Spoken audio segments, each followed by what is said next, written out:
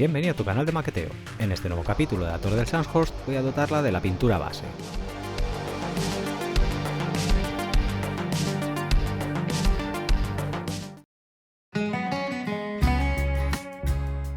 Por recapitular un poco, ya tenía montado casi todo el avión y ahora toca ir quitándolo de en medio. La verdad es que ha sido un auténtico reto dejarlo en este estado.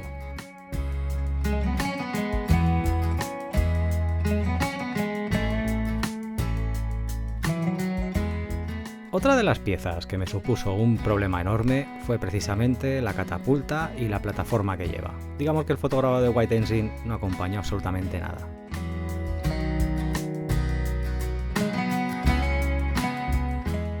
También le hice algunas modificaciones a la torre, como unos pestillos que lleva en la parte inferior, que debían de servir para asegurar la torre en condiciones de mar gruesa. Pero vamos, que aún así, las modificaciones que ha tenido esta torre del modelo de Tacom son bastante extensas.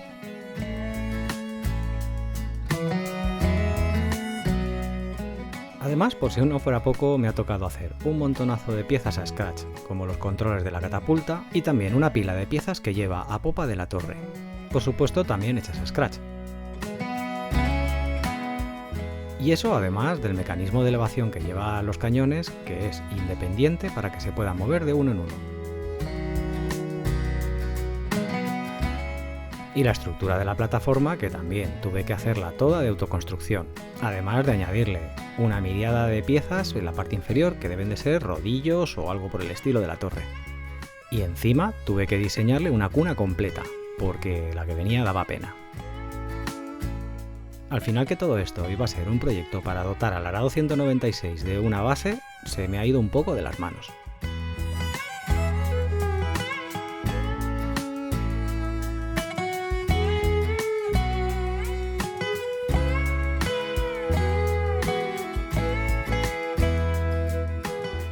La mezcla de pintura que voy a utilizar para dotar a toda la torre de una capa base es XF19, que es un gris muy clarito de Tamiya, el XF24, que es un poquito más oscuro, y algo de XF55, que es un tono terroso. El mayor problema que me he encontrado con la carta de colores de Tamiya es que apenas hay colores para la temática alemana de la Segunda Guerra Mundial, de barcos y además de aviones. Casi no hay nada de ello. Así que me ha tocado andar haciendo muchas mezclas. Y es que los colores que utilizaban en la Kriegsmarine justo antes de la guerra y al comienzo de esta eran poco diferentes de los que luego utilizaron a lo largo del conflicto. Así que lo primero de todo es pintar todo lo que tenga que ir de gris, precisamente en gris.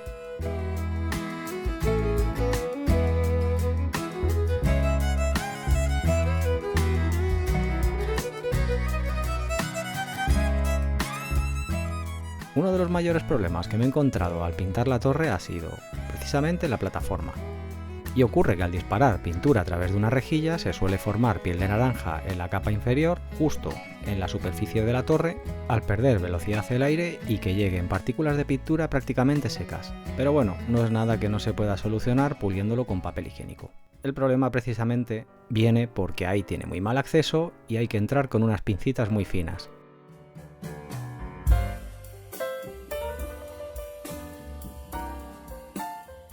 Uno de los efectos que suelo utilizar en las fases iniciales de trabajo para dotar a la torre de una profundidad que pueda integrar luego los óleos es precisamente un presombreado o un prepanelado, como queréis llamarlo. En este caso estoy utilizando uno de los colores naturales que he utilizado para hacer la mezcla de la pintura base, el XF24. Así que se lo aplicaré a todas las piezas que haya pintado con el gris base. Eso incluye los cañones llegando a los manteletes y en las partes centrales. No me suele gustar pintar la parte delantera de las bocas del cañón porque no son ametralladoras.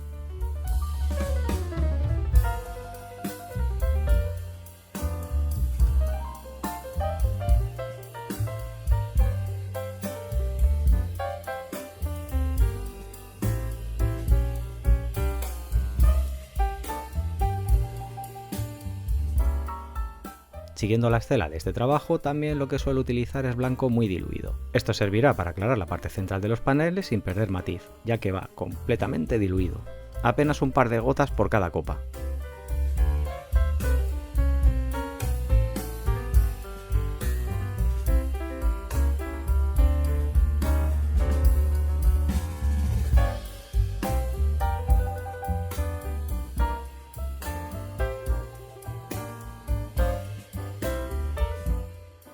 Para finalizar voy a utilizar la pintura base de nuevo, completamente diluida. Le iré dando pasadas de pintura hasta que alcance el tono y la transparencia que yo quiero.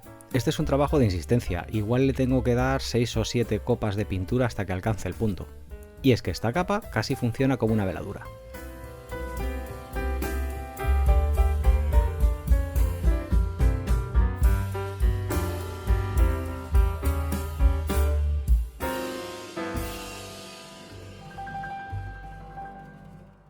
Cuando ya tengo la pintura en el punto que yo quiero, voy a barnizar toda la torre. Esta vez la voy a barnizar en brillante.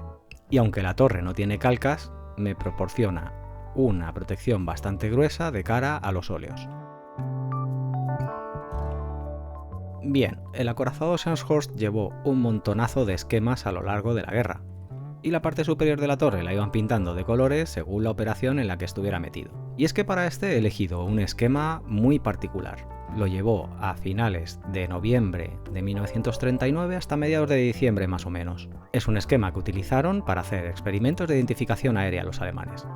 Y es que no vale con pintar la torre de cualquier color, porque la catapulta se desmontó apenas 2 meses después, en febrero de 1940, y para después comenzó con la operación de la invasión de Noruega, con toda la parte superior de la torre pintada de color rojo.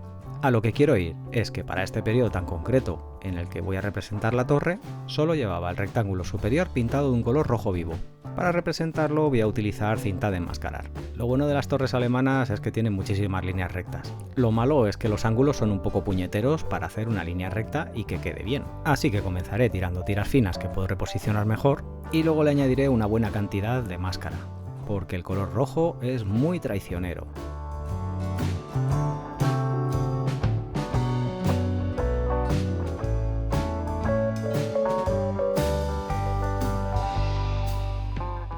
Si queréis que os salga un rojo bien vivo, utilizad amarillo antes o color carne, incluso un naranja, ¿por qué no?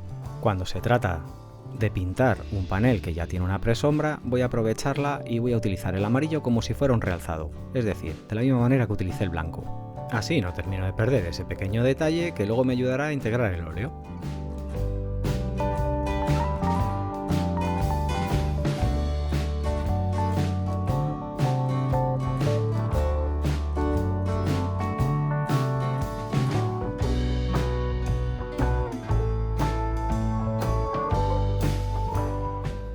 Una vez que tengo el color amarillo seco, voy a utilizar ya por fin el rojo. Al ir aplicándolo me voy dando cuenta de que la máscara en algunos puntos se ha levantado un poquito, y es que cae muy cerca de los bordes de algunos remaches.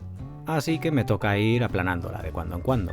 Esta tarea es particularmente importante porque, como tengo que seguir el contorno del cuadrado, no quiero que se me cuele pintura por debajo. Además se pone la cosa bastante estresante porque tengo que andar vigilando que no se escape pintura roja hacia la parte gris de la torre. Eso sí que sería un desastre.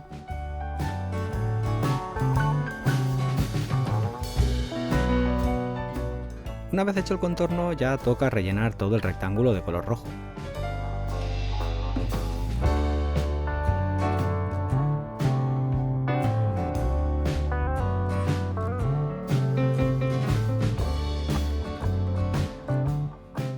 Y tras haber esperado un buen rato a que la pintura seque, voy retirando la máscara con mucho cuidado y temor.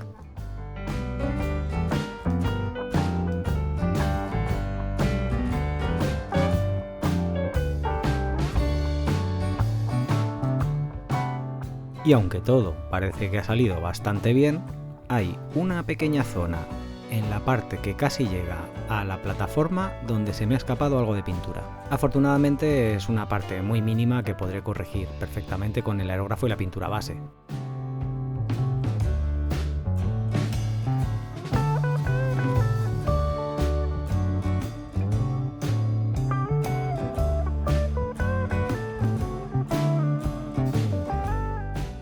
Otra parte que me ha resultado bastante complicada es la base de la torre, porque lleva una banda de color negro y encima con tuberías. Que aquí se suma el miedo a que se haya ido el color negro por algún lado que no tiene que irse, a que al quitar la máscara arranque alguna tubería.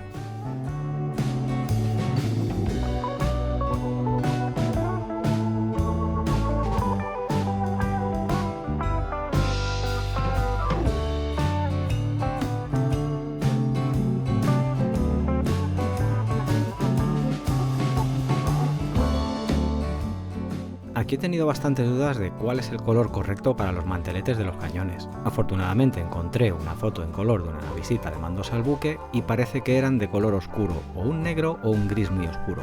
Otra parte que me ha sorprendido ver que tenía un color oscuro en las fotografías era la parte superior de la catapulta, que pensaba que era de color gris claro, pero no, era de color gris oscuro.